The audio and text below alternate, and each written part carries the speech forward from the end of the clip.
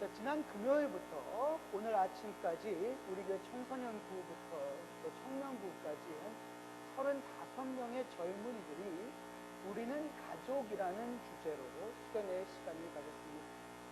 특히 이번 수련회는 우리말 사역팀과 또 영어 사역팀이 한 마음으로 준비한 행사였기 때문에 그 의미가 더 크다고 할 수 있습니다. 제가 처음부터 함께 하지는 못했지만 또 처음 시작하는 몇 시간을 함께 지나면서 받은 첫 인상은 참 좋은 시간이 될 것 같다 하는 것이었습니다.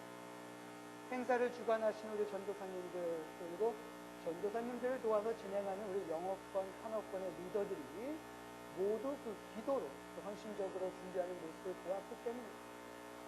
그리고 시작하는 프로그램에서 참여하는 모든 사람들이 서로에 대해 더 잘 알고 한 가족으로서 우리의 관계를 바로 세우겠다는 의지가 잘 드러나 보였기 때문에 그러한 모습들이 제게는 얼마나 감사했는지 모릅니다. 우리 아이들이 언어적인 문제 또 문화적인 차이 때문에 우리말 사역과 영어 사역으로 나누어서 말씀도 공부하고 또 신앙 훈련도 하지만 그런 것들이 우리 팀, 뭐 너희 팀으로 우리 아이들의 사이를 나누어 놓아서도 안 되고 또 그 아이들이 분리되어져서도 안 된다는 것이 제 믿음입니다. 저는 우리 아이들이 서로의 다른 것들은 다른 것으로 인정을 하면서 서로를 존중하고 사랑하며 한 형제 자매로 함께 예수님의 제자로 성장해 나갈 수 있기를 소망하며 또 기도합니다. 영어가 서툰 아이들은 영어권 아이들에게 영어를 배우고 또 우리말이 서툰 아이들은 한어권 아이들에게 우리말을 배우면서 미국 땅에서 살아가는 한국인 신앙인 즉 Korean American Christian으로 성장해 갈 수 있기를 소망합니다.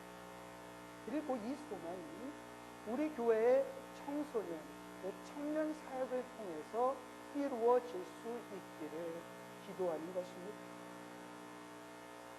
많은 한인교회가 교회 안에 바로 이러한 언어적인 문제로 인해서 아이들이 적응을 못하고 또 부모들이 그 문제 때문에 눈물을 흘리면서 죽어요. 이런 상황 속에서 우리 아이들이 한 마음 한 뜻이 되어 가족이라고 부르며 서로의 다른 점을 배운다는 것 얼마나 아름다운지 모르겠어요. 한 가족입니다. 우리 아이들이 사랑하면서 우리가 한 가족임을 깨닫고 그렇게 살아가기를 원하는 이 아름다운 모습이 저는 우리 교회의 축복이며 밝은 미래이고 또 우리 모두에게는 참으로 귀한 도전이라고 생각을 합니다. 저는 오늘 우리 모두를 아가페 교회로 불러주신 하나님의 뜻은 그 사랑 안에서 하나님을 아버지로 섬기며 한 가족으로 사는 것이다 라고 주님의 이름으로 선포합니다. 가족이 무엇입니까? 가족이란 말은 한 지붕 아래서 함께 사는 사람들이라는 뜻을 가지고 있어요. 또 우리말에는 가족을 나타내는 또 다른 말로 식구라는 단어가 있습니다. 함께 밥을 먹는 사람들이에요. 이 두 단어를 함께 이해하게 되면 가족은 곧 함께 먹고 함께 쉬는 사람들을 이야기합니다. 우리가 살아감에 있어 가장 중요한 부분이 먹을 것과 쉬는 것. 이것을 함께 나누는 사람들이 가족입니다. 즉 가족은 인생을 함께 살아가는 사람들입니다.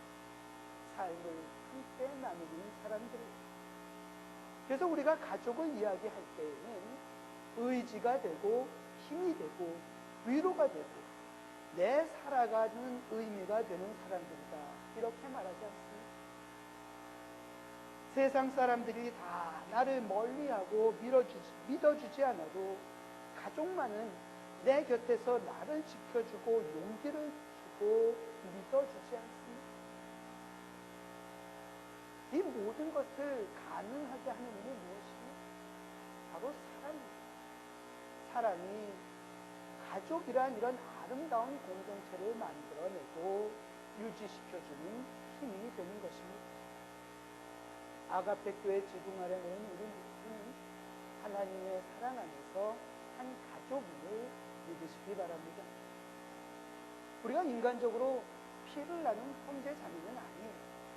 그러나 예수님의 보혈로 죄의 용서함을 받고 구원받아서 이 자리에 모여서 함께 예배 드리고 있다는 것을 믿으신다면 우리가 예수님의 피로 한 형제 자매가 되었다는 것 또한 믿으시기 바랍니다.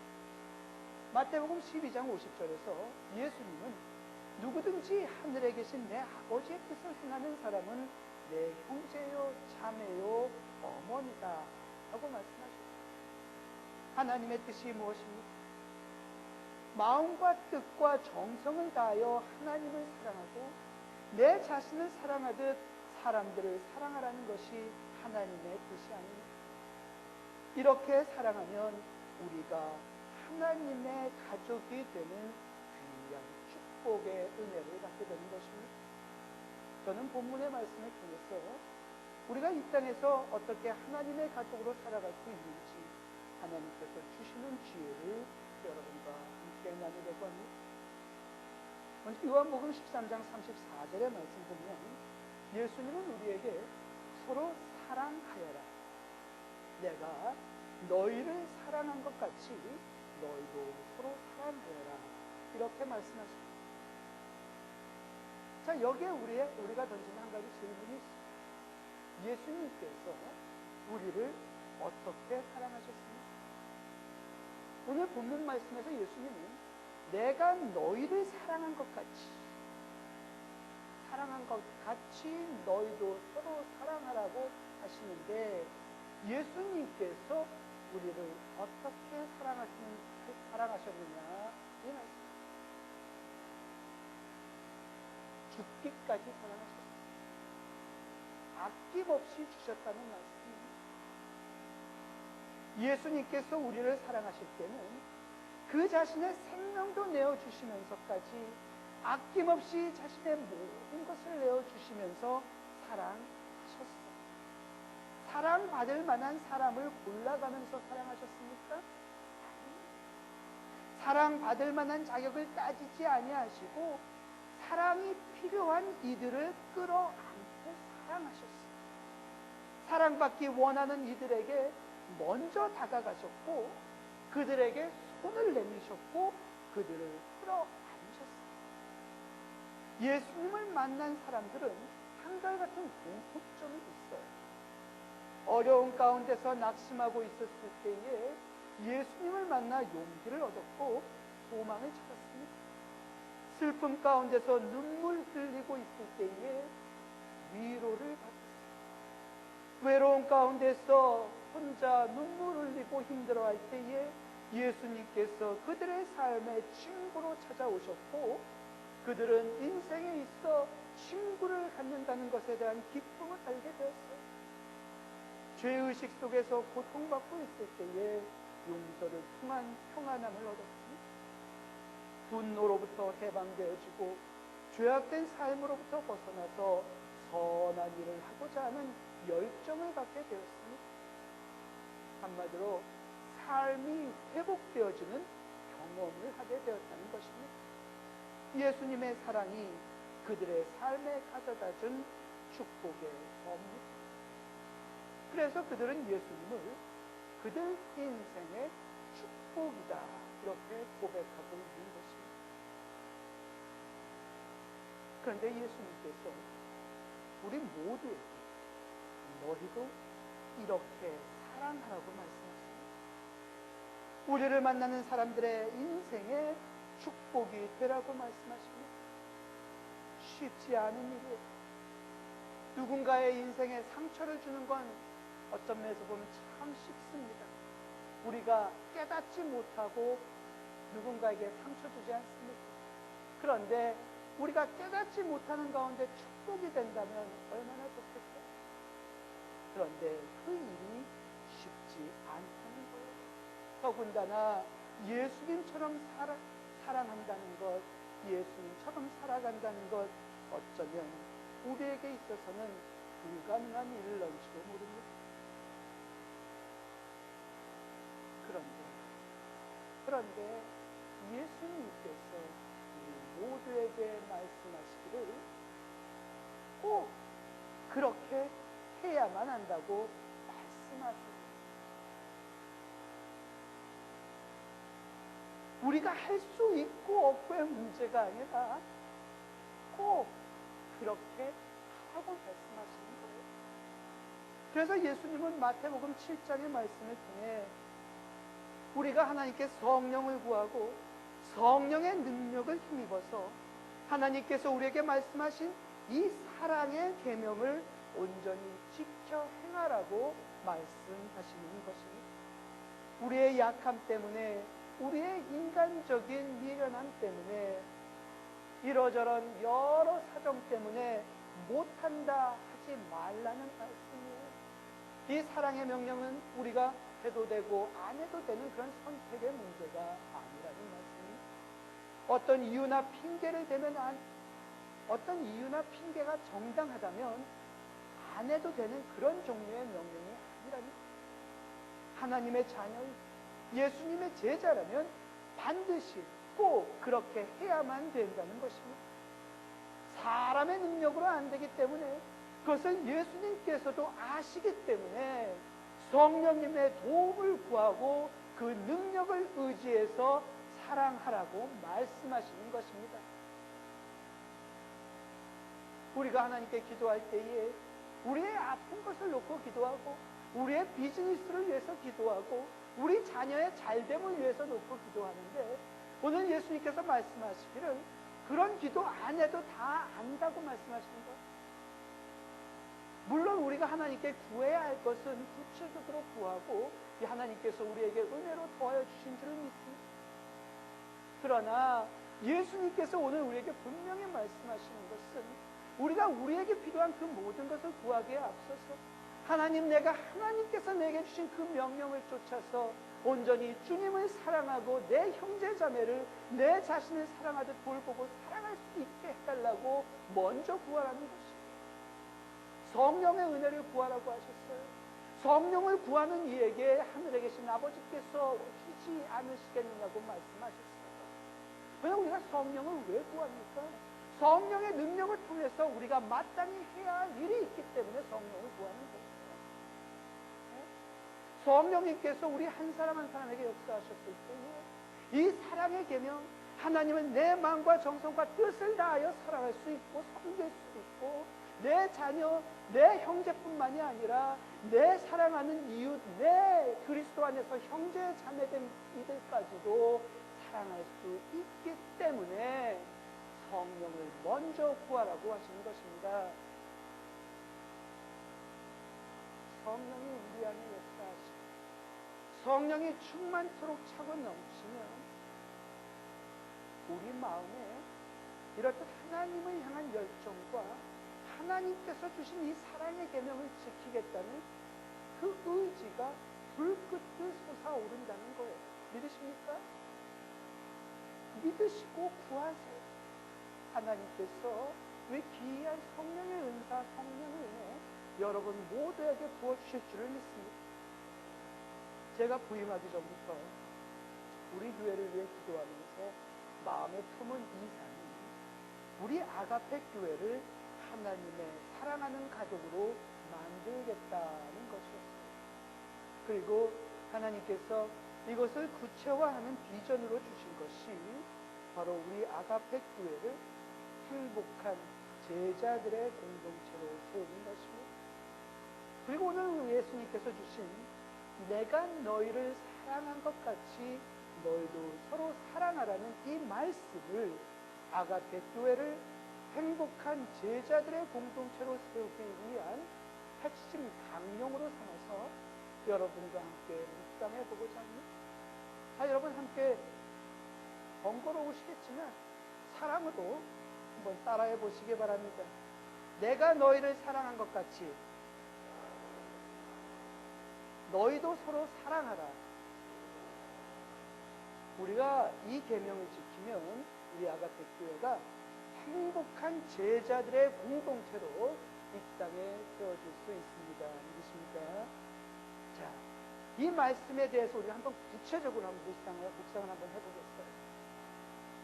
자, 먼저 첫 번째로 예수님의 사랑은 상대를 회복시키고 구원하는 사랑이었다 하는 것입니다. 사랑의 목적이 분명하다는 거예요. 그냥 동전 하나 던져주듯이 내게 있는 무언가를 툭 던져주고 마는 듯한 그런 기부적인 사랑이 아니라는 것입니다. 우리가 사랑하면 무언가 내게 있는 것을 다른 사람에게 주는 것을 먼저 생각하게 되는데, 우선 준다는 데 있어서 준다는 것은 맞는 표현이에요. 맞는 말이에요. 그러나 주고 마는 것이 아니에요. 무엇을 주는 것뿐 아니라 어떻게 주는 것이 옳은 것일까 하는 배려도 있어야 되는 것이고, 이 사랑을 받는 사람이 어떻게 받아들일까 하는 또 다른 상대를 위한 배려도 그 사랑에 포함되어 있어야 한다는 것입니다. 사랑을 베푸는 사람의 마음을 뿌듯하게 하는 목적이 아니라 사랑을 받는 사람이 위로를 받고 회복함을 받고 기쁨을 얻을 수 있어야 한다는 것입니다. 여러분, 복음서의 말씀을 통해서 여러분들 예수님을 만났던 사람들의 이야기를 다시 한번 묵상합니다. 예수님께서 그들에게 사랑을 베푸셨던 방법이 같은 거예요.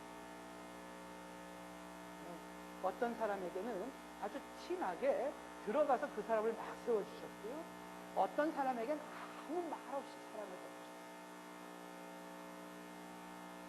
사랑을 받는 사람이 어떻게 받아들이느냐, 그 사람에게 어떻게 회복의 경험이 일어날 수 있느냐 하는 것을 먼저 생각하셨다 하는 것입니다. 우리가 흔히 베풀면 내게 기쁨이 된다고 하죠. 기부의 기쁨? 뭐 그런 표현을 쓰잖아요. 그런데 우리는 그런 기쁨을 얻기 위해서 살아가는 게 아니에요. 네. 누군가의 인생을 회복시키기 위해서, 누군가를 위로하기 위해서 사랑을 하는 것이지 내가 기쁘기 위해서 하는 것이 아니에요. 만약에 내가 사랑해서 기쁘다고 한다면 그냥 그건 덤으로 주어지는 선물이에요. 그것이 목적이 되어서는 안 된다는 겁니다. 네. 여러분, 우리가 사랑하는 사람을 통해 얻을 수 있는 것, 그것이 우리의 기쁨입니다. 그 사람들의 얼굴에 나타나는 웃음? 그 사람의 삶을 통해 드러나는 어떤 그런 활력? 그런 것들이 우리의 기쁨이 되어야 된다 하는 것입니다. 이것을 좀 더 구체적으로 말씀드리면, 내 성격대로 내 스타일대로 사랑하는 것은 예수님이 말씀하시는 사랑과는 거리가 좀 있다는 거예요. 내 성격과는 맞지 않아도, 내 스타일과는 맞지 않아도 상대방이 내가 사랑받고 있구나라고 느낄 수 있어야 그것이 예수님이 말씀하시는 사랑이다. 오늘 수요 예배 참석하셨던 분들에게는 죄송한데, 제가 자꾸 오늘 이 말씀을 우리 1년 동안 우리 교회가 붙들고 가야 할 지표로 삼아야 된다 하다 보니까 또 말씀을 반복하게 됩니다.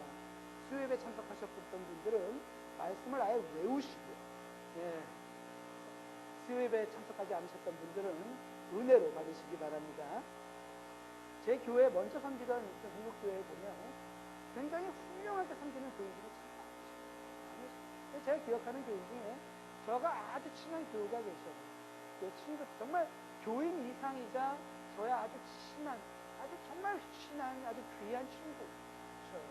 연세는 저보다 한 15살 이상 많으신데, 이분이 처음 10년 전에 같이 신앙생활할 때는 정말 참 교회만 출석하셨지 참 조금 그랬어요. 네, 조금 그랬어요. 예, 그러니까 어느 날 갑자기 예배 시간에 중간에 일어나서 나가셔요. 뭐 설교가 시작하고 별로 얼마 지나지 않는데 나가셔요. 또 화장실에 다녀오시다 보다 했는데 안 들어오셔요. 나중에 예배 끝나고 그 부인 되시는 분한테 여쭤보면 오늘 풋볼 게임이 있어서 먼저 나가셨대요. 교회에 토요일에 무슨 행사가 있으면 그날 오후에 풋볼 게임이라든가 소프트볼, 육삼리 소프트볼도 있습니다. 아시죠? 이따만한 공 던지는 거. 소프트볼 게임이 있으면 그날은 하나다. 얼굴 안 보여요. 인생에 있어서 가장 중요한 것이 예수님이다 말씀하시면서 실제 삶의 우선순위는 풋볼하고 소프트볼이 우선입니다. 우리 교회에 레일 리더 역할을 하시는 아주 평신도 설교가도 한 분 계셨었는데 이분은 정말 이분 없으면 교회가 안 돌아갈 만큼 열심히 있어요. 그런데 사냥철이 되면 이 겨울철도 넘어가는 요쪽이 되면 사냥철이래요. 사냥철이 되면 한 4주 내지 5주 얼굴이 안 보여요. 예배를 안 와요 아예. 그래서 제가 뭐라고 그러면 아직 목사님이 우리 미국 문화를 이해하지 못하셔서 그렇다고 이 사냥철은 한때기 때문에 잊으면 안 된다고. 근데 예배는 드리고 나가시죠 그랬더니 나무 위에 올라가서 혼자 예배 드린다고. 그래서 제가 하도 뭐라 그러니까 그 다음에부터는 그 예배 사회를 보시는데 예배 사회도 안 보고 그냥 가는 거예요. 예배 사회 시간에 광고를 하시면서 말씀하시죠. 다음 주부터 4주 동안 못 나온다고, 사냥 가야 된다고, 또 광고를 하고 아예 모든 교인들에게 시험을 주고 아예 그냥 다녀요.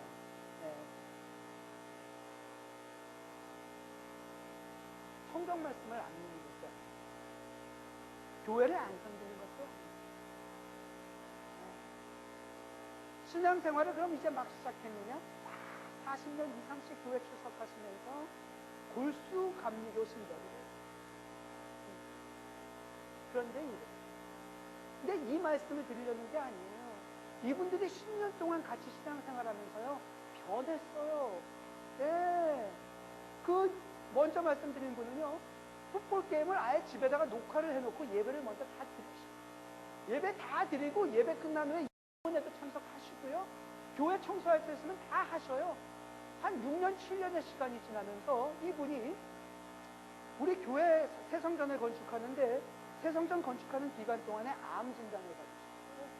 암 진단을 받으셨는데도요 수술하시고 2주 입원하신 다음에 나오셔서 성전 건축하는 기간 내내 하루도 거르지 않고 교회 나와 기도하시고 돌보셨어요.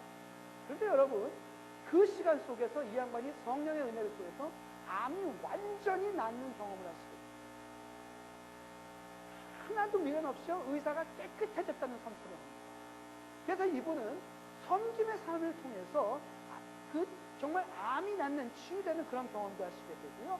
그 10년의 기간 속에서 삶의 태도가 변화되어지는 그런 경험도 하셔요. 성경 말씀도 1년에 2번 이상씩 통독을 하시고요. 네? 정말 교회 모든 일에 가장 앞장서는 그런 사람이 됩니다. 심지어는 휴가를 가도요. 어느 쪽으로 휴가를 가든지 주일 예배 참여하고 주보 가지고 와서 저한테 검사를 받습니다.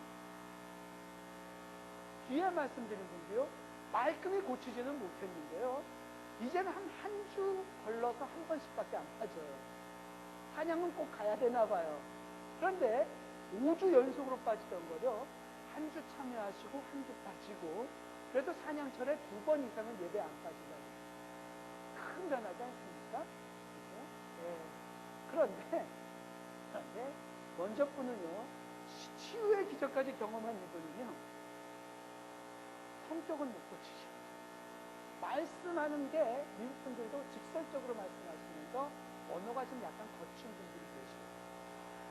그래서 이분의 말투 때문에 교회를 떠난 가정이 대가족이 넘습니다. 그래서 누군가가 당신의 이야기 때문에 상처받았다 그러면 이분의 반응이 그거예요. 아니 내가 이렇게 얘기하면 제임스, 제 이름 영어 이름이 제임스잖아요. 네? 제임스 너 상처받아? 아니 그 사람은 왜 상처받는 거야? 다른 사람들은 다 괜찮은데 왜 지들만 상처받는 거야? 다 핑계야. 그냥 가라 그래. 이래. 네. 이분이 3가정 떠나고 4가정이 떠나니까요. 그때서야 찾아와가지고 이번에 내가 잘못한 건가? 이러시다. 이러면서 조금씩 바꾸려고. 제가 말씀드리려고 하는 이유가 이분 입장에서는 그렇게 툭툭 던지는 얘기가 사랑의 표현이에요. 모르는 사람한테는 그렇게 얘기 안 해요. 잘 알고 사랑하고 귀하게 여기니까요. 농담도 한마디 더 하고요. 우스갯소리 더 하고요. 그냥 툭툭 던지는 거예요. 그런데 그게 듣는 사람의 성격에 따라서 어떤 사람들은 사랑으로 여겨지고 어떤 사람은 상처가 되는 거예요. 상처가 되다 못해서 교회를 떠나게 되는 거예요. 본인은 몰라요. 나중에 느끼고 그것도 고치려고 하는데, 너무 애써서 고치려고 하는데 불쑥불쑥 튀어나와요. 무슨 말씀 드리려는지 아시겠습니까? 네? 내 방식대로 사랑하는 거 좋아요. 그래서 나는 사람들에게 사랑이 많다고 표현도 하고요. 주변 사람들을 향해서 내가 아무런 문제도 없다고 생각해요. 근데 내 표현대로 내 방식대로 사랑하다 보면 듣는 사람, 받는 사람 입장에서는 그게 사랑이 아닐 수가 있다는 겁니다. 그게 시험이 될 수 있다는 거예요. 그래서 우리 교회는 사랑이 넘치는 교회인데 상처받는 사람이 생겨요. 이게 무슨 상황이에요? 사랑이 넘치는 교회에 왜 상처받는 사람이 생기는 말이죠? 우리가 내 방식대로 사랑하기 때문에. 그래서 예수님께서 말씀하시거든요. 받는 사람이 내가 사랑받고 있구나 하고 느낄 수 있도록 그 사람의 마음과 그 사람의 입장에서 배려하고 사랑을 베풀어야 하는 것입니다. 그 사람을 아끼는 마음이 사랑인 거예요. 그 사람을 배려하는 마음이 사랑이다. 이 말씀입니다. 여러분, 그래서 오늘 이 말씀을 우리가 도전으로 받았으면 좋겠어요. 네. 내게 아무리 사랑이 많이 넘치고 다른 주변의 모든 형제자매들을 사랑한다 해도 내가 이렇게 사랑을 표현했을 때에 이 사람이 어떻게 받아들일까? 이 사람이 정말 내가 나의 사랑을 느낄 수 있을까? 이 사람에게 위로가 될까? 한 번쯤은 더 생각하고 기도하면서 사랑도 표현하는 것이 좋지 않을까 하는 것입니다. 두 번째로, 이러한 사랑은 상대에 대한 배려와 존중에서부터 나온다 하는 것을 우리가 배워야 합니다. 존중과 배려가 없는 사랑은 괜한 오해를 불러일으킬 수 있는 것이고, 사람을 회복시키고 우리와 관계를 회복시키며 공동체를 세울 만한 힘이 없어요.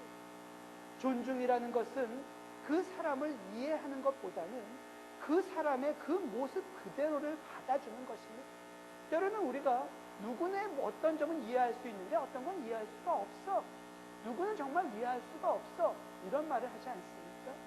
그러나 오늘 예수님은 우리에게 누구를 이해하라고 말씀하시는 것이 아니라 누구를 받아들이라고 말씀하시는 거예요.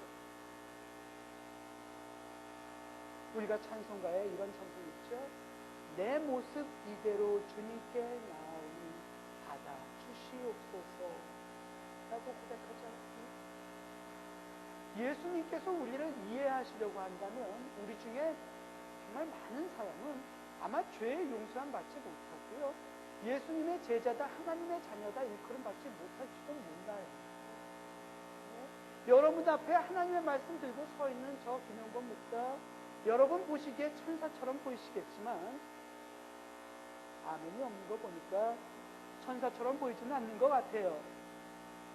천사처럼은 빼고 굉장히 사람 좋게 보이지 않습니까? 그런데 제가 양심상, 그래야 이제 설교가 진행이 되는 거예요. 그렇죠? 양심상 하나님 앞에서 제가 얼마나 부끄럽고 또 부족한 모습이 많았어요. 목회자지만 인간적으로 늘 저 자신의 부족함, 또 때로는 악함 때문에 하나님 앞에 눈물로 고백하고 기도하고 또 울고 또 기도하는데, 여러분, 목회자가 아닌 평신도 제 생각엔 크게 다르지 않다고 생각해요. 네? 여러분도 제가 가진 그런 고민을 갖고 계시지 않습니까? 이런 우리의 부족함을 예수님께서 이렇다 저렇다 따지고 이해하고 이해 못하는 거 구분하셨다면 우리가 이 자리에 나올 수 있겠어요? 없어요. 내 부족한 모습, 내 죄악된 모습, 내 연약한 모습 그대로 예수님께서 묻지도 따지지도 아니하시고 받아주셨으니까 이 자리에 있는 거예요. 하나님의 은혜로 우리가 구원받았잖아요. 이제 우리 예수님께서 그 사랑으로, 똑같은 사랑으로 우리 형제 자매를 사랑하라고 하시는데 우리가 무슨 이해관계를 따질 수 있겠느냐 하는 말입니다.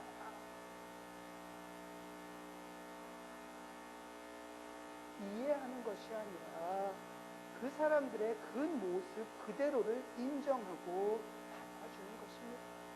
내 마음에 들고 안 들고를 따지는 게 아니에요. 상대방을 알아가는 것입니다.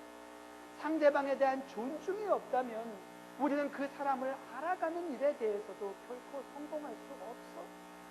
상대방을 온전히 알게 되었을 때에 우리는 그 사람을 비로소 배려하고 돌볼 수 있게 되는 것임을 믿으시기 바랍니다. 그런데 이런 사람이 쉽지 않아요. 왜냐하면 많은 인내를 요구하기 때문입니다. 우리는 우리와 마음이 맞는 사람들과 어울리는 것을 좋아하고 사람들의 말하고 행동하는 스타일에 따라서 우리의 마음이 가는 사람들이 구분되어집니다. 그러다 보니 한 교회 안에서도 특별히 잘 어울릴 수 있는 사람들은 정해져 있고 시간이 지나면서 교회 안에 여러 그룹들이 생기게 되는 것입니다. 저는 교회 안에 특별히 친한 사람들의 몇몇 그룹이 생기는 것에 대해서 반대하지 않아요. 왜냐하면 우리가 성격이 다 틀리고 살아온 배경이 틀린데 뭐 특별히 더 친할 수 있는 사람이 있고 약간 덜 친할 수 있는 사람들 있지요. 그런데 중요한 것은 그 많은 그룹들이 함께 모였을 때에 하나가 되지 못하고 하나로 어울리지 못하게 된다면 문제가 생긴다는 겁니다. 이러한 일의 시작점에는 사람을 쉽게 평가하고 구분하는 우리의 마음이 있어요.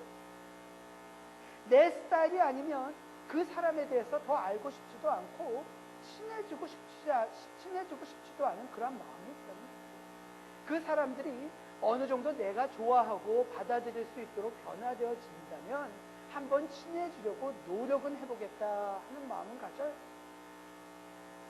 하지만 이런 마음이 들면 마음에 들지 않아도 그 사람들을 사랑해야겠다는 그런 마음에 한번 다가서 보려고 노력은 하게 되는데 문제는 그 사람들을 내 마음에 맞게 내 성격에 맞게 내가 좋아할 수 있도록 고쳐주려고 한다는 데서 또 문제는 생깁니다.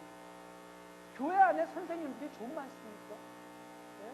목사님이 강단에서 설교하는 말씀 듣고 성경 공부 시간에 가르치는 거 듣고 그거 따라서 고치려고 하는 것도 힘든데 예배 끝나면 또 이래저래 선생님들이 너무 많다는 거예요. 네. 무슨 집사 그렇게 하면 안 돼. 무슨 권사님 그렇게 하시면 안 돼요. 누구 자매님 그렇게 하면 안 돼요. 뭐 그렇게 서로 고쳐주려고 애를 쓰시는지. 왜요? 내 눈에 거슬리는 건 좀 맞게 고쳐주고 싶기 때문에. 내 눈에 내 생각에 합당하지 않으면 틀렸다고 생각하기 때문에 우리가 그러는 경우도 있어요. 근데 중요한 거는 그렇게 해서 고쳐줄 것 같으면 그렇게 해서 고쳐줄 것 같으면 우리한테 하나님의 은혜가 필요가 없어요. 내가 몇 마디 한다고 해서 그 사람들 삶이 고쳐져요? 괜히 서로 간에 마음만 상하고요. 갈등만 더 심해지는 거예요. 그럼 교회 안에 그러니까 불만이 많고 또 아픔도 생기는 거예요. 그래서 예수님이 그렇게 하지 말라고 하세요. 오히려 하나님께서 그 사람을 통해 역사하시고 그 사람을 하나님의 뜻에 따라 변화시키는 그 시간을 기다리라고 하세요. 우리의 일은 있는 그대로를 인정하고 받아들이는 거예요. 변화시키는 건 성령님의 일이에요. 그래서 예수님의 사랑은 우리 모두에게 인내를 요구합니다. 하나님께서 그 사람을 통해 역사하시는 시간을 기다릴 줄 아는 인내, 사람을 그 모습대로 받아들이기 위해 애쓰는 인내가 우리 모두에게 필요하다는 겁니다.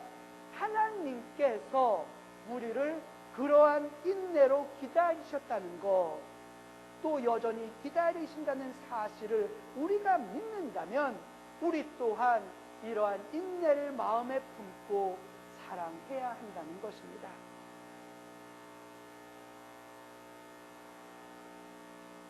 자, 여러분, 이쯤 되면 나는 도저히 못해 이렇게 말씀하시는 분이 계십니다. 하지만 여러분, 예수님의 말씀은 너무나 당연합니다. 다시 말씀드리지만 내가 하고 못하고의 문제가 아니잖아요. 그래서 성령의 은혜를 구하라고 하잖아요. 그런데 요한복음 15장 말씀에서 예수님은 이 부분에 대해서 더 강조를 하셔요. 내가 너희를 사랑한 것 같이 너희도 사랑하라고 말씀하시면서요, 친구를 위하여 사람이 목숨을 버리면 이보다 더 큰 사랑은 없다고 말씀하시잖아요. 친구를 위하여 목숨을 버리는 사랑은 예수님께서 우리에게 주신 사랑입니다. 그리고 우리에게 그렇게 하라고 하세요. 그런데 이 말씀이 무엇일까를 잘 생각해보십시오. 어떤 사람에게 있어서는요, 내 자존심, 내 성격 고치는 것이 목숨 버리는 것보다 더 어렵다는 분들도 계셔요. 예수님께서 바로 그 말씀을 하시는 거예요. 사랑하기 위해서 내 성격도 내 자존심도 버리라는 거예요. 네. 목숨보다 소중한 내 자존심, 내 성격도 버려가면서 사랑하라는 겁니다. 사랑이 그런 거예요. 그래서 예수님께서 계속 강조하시는 거예요. 사랑은 우리의 능력으로 되는 것이 아니라 무엇이다? 하나님의 은혜다 하는 거예요. 우리의 의지는 있지만 그걸 가능하게 하는 능력은 누구의 능력이다? 성령의 능력이에요. 그래서 우리가 하나님 앞에 무릎 꿇고 간구하면서 구해야 하는 것이 사랑의 은사인 것입니다. 자, 여러분 시간이 좀 가긴 했지만 여러분들과 꼭 함께 시작하고 싶은 캠페인이 있어서 일부러 시간을 조금만 더 찾아야겠습니다. 여러분, 이 말씀을 통해서 제가 여러분과 함께 올 한 해 우리 교회를 행복한 제자들의 공동체로 세우기를 원한다고 말씀드렸습니다. 그렇죠? 여러분 동의하십니까? 그런 교회로 우리 교회를 세우기 원하십니까? 자, 그러시면 그 목표를 이루기 위해서, 그 비전을 이루기 위해서 먼저 우리가 3가지의 캠페인을 먼저 시작하려고 해요. 온 교우가 이 자리에 참여하지 못한 분들에게는 좀 전파해 주시고요. 여러분들 노트 하셨다가 꼭 새기시고 함께 지켜나갔으면 좋겠어요. 약속해 주실 수 있습니까? 자, 첫 번째 캠페인입니다. 우리는 가족입니다. 함께 따라 하시겠습니다. 우리는 가족입니다. 가족입니다. 함께 하실 일이 뭐냐면 가족으로 조금만 배려합시다. 가족 좋다는 게 뭐예요? 우리 가족 조금만 힘들지 않게, 엄마 힘들어서 아프면 어떻게 해요? 설거지도 대신 해주고, 그렇죠? 아빠 힘들면 어깨도 주물러 줘가면서 우리가 서로 돌보고 배려해 주지 않습니까? 네? 우리는 가족입니다. 조금만 배려하는 마음으로 서로를 사랑합시다. 그래서 이러한 캠페인을 여러분 드시고요. 뭘 염두에 두시냐면, 교회 들어오시잖아요. 교회 오시면 우리 교회예요. 우리 교회 청소하는 컴퍼니 따로 하이어 안 합니다. 우리 교인들 청소하고요. 우리 교인들을 돌보는 교인입니다. 그래서 여러분들이 오고 가시면서 복도에 휴지 같은 거 하나 떨어져 있을 때 좀 일부러 허리 굽혀서 주워주시고요. 오고 가시면서 휴지통 찬 거 있으면 좀 비워주시고요. 예, 뭐 커피 같은 거 마시고 좀 남은 거 버리시려면 밖에 그라운드에다가 다 엠티 하셔서 버려주시고, 예? 식사를 우리 같이 해도 우리 서로 깨끗하게 치워가면서 우리가 이렇게 같이 돌보면, 예, 우리 교인들이 그 사랑의 효과를 받는 거예요. 조금만 배려합시다. 하실 수 있겠습니까? 자, 2번째, 인사합시다. 따라해 보겠습니다. 인사합시다. 예. 제가 우리 교회 온 지 이제 2달하고 이제 10일이 됐는데, 보니까 인사 잘 하시는 분들 계시고요. 인사 안 하시는 분들도 계시고요. 우리 EM, KM, 유스그룹, 컬리지그룹, 칠드런스그룹 다 마찬가지예요. 우리 부모님들, 선생님들, 아이들에게 어른들 보면 지금 인사하라고 가르쳐 주세요. 예. 이렇게 해서 고개 숙여서 인사 못하면 하이라도 좀 하게 해달라고 가르쳐 주세요. 어른들이 먼저 인사 안 해도 아이들 먼저 인사할 수 있게 좀 가르쳐 주시고요. 어른들은 아이들 보면 아이들이 먼저 인사할 때까지 기다리지 마시고요. 내 아이들이잖아요. 먼저 좀 끌어안아 주시고요. 먼저 좀 인사해 주시면 좋을 것 같아요. 어렵지 않잖아요. 쉽잖아요. 이거 안 한다고 경찰이 오지 않잖아요. 그렇죠? 예? 이거 안 한다고 누가 신고하지 않아요. 하지만 우리가 서로 인사하면 우리 교회가 어떻게 돼요? 행복한 제자들의 공동체 되는 겁니다. 여러분, 성격적으로 조금 샤이하신 분들 계시고요. 좀 어색한 분들 계실 거예요. 하지만 수줍음 타는 내 성격도 과감하게 버리시고 내가 오늘 한번 미쳐보자 이러고 안녕하세요 인사 한번 하면 그것 때문에 오늘 하루가 즐겁습니다. 오늘 하루가 즐거워요. 선생님들은 아이들에게 꼭 그렇게 인사시켜서 매주 가르쳐 주시고요. 부모님들 그렇게 해주시고요. 우리 어른들 친한 사람이든 아는 사람이든 모르는 사람이든 서로 얼굴 볼 때마다 함께 밝게 인사할 수 있으면 좋겠습니다. 세 번째입니다. 두 번째 캠페인 지났고요. 세 번째 캠페인이에요. 좋은 말만 합시다. 따라해 보겠습니다. 좋은 말만 합시다. 예. 옛날에 어느 교회 가보니까 스쳐 지나가는 말로 덕담으로 하시는 건지 신앙적인 교훈으로 하시는 건지 모르겠지만 지난주에 아파서 못 나오신 분들에게 하시는 말씀이 그거 왜 기도 안 하고 봉사 안 하니까 맨날 아프지? 기도 좀 더 해. 그래 병이 낫지? 이러는 분들이 계셔요. 아프고 힘들어서 봉사하는 시간에 우리가 늦게 온다거나 뭐를 해야 될 일을 감당하지 못하는 경우가 있어요. 그러면 그냥 좋게 인사해도 되는 거를 뭐야 왜 이제서 와가지고 이냐 이거 여러분 교회 섬긴다는 것이요 우리가 간단하게 생각하는 일이에요. 기분 나쁘면 안 해도 돼요. 세상에 교회가 우리 교회 하나밖에 없어요. 세상에 교회는 많고 갈대는 많다. 나 기분 나쁘면 우리 교회 안 오면 그만이에요. 그렇잖아요. 그런데 힘들게 어렵게 왔는데 그 사람한테 마음에 상처되는 말하면 그 사람이 뭐 정이 남아있다고 우리 교회 더 나오니까 저 같아도 안 나와요. 네?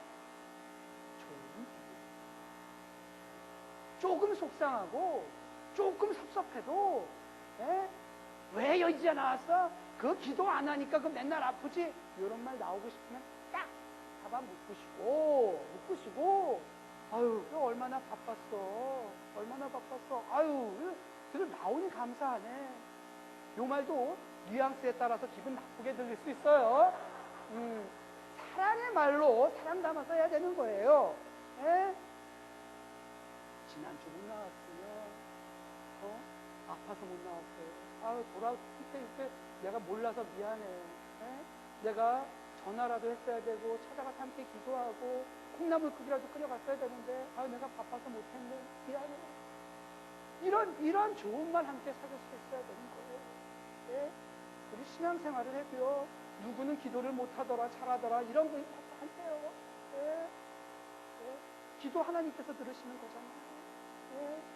우리가 서로 격려하고 서로 용기 줄 수 있는 말만 해도 부족해요. 우리가 좋은 말만 하면서 살아가는 우리 공동체 되기를 축원합니다. 자 여러분 이 세 가지의 캠페인을 통해서 저는 우리 교회가 세상에서 참으로 유별난 교회가 되기를 아가페 교회는 뭐 이렇게 유별나 이런 소리 좀 들었으면 좋겠어요. 뭔 교회가 이렇게 사랑하는데 유별나? 뭔 교회가 가면 그렇게 참 유별날 정도로 서로 아껴주고 용기 주고 가면 왜 이렇게 기분이 좋아지는 교회야? 아가페 교회 이상해.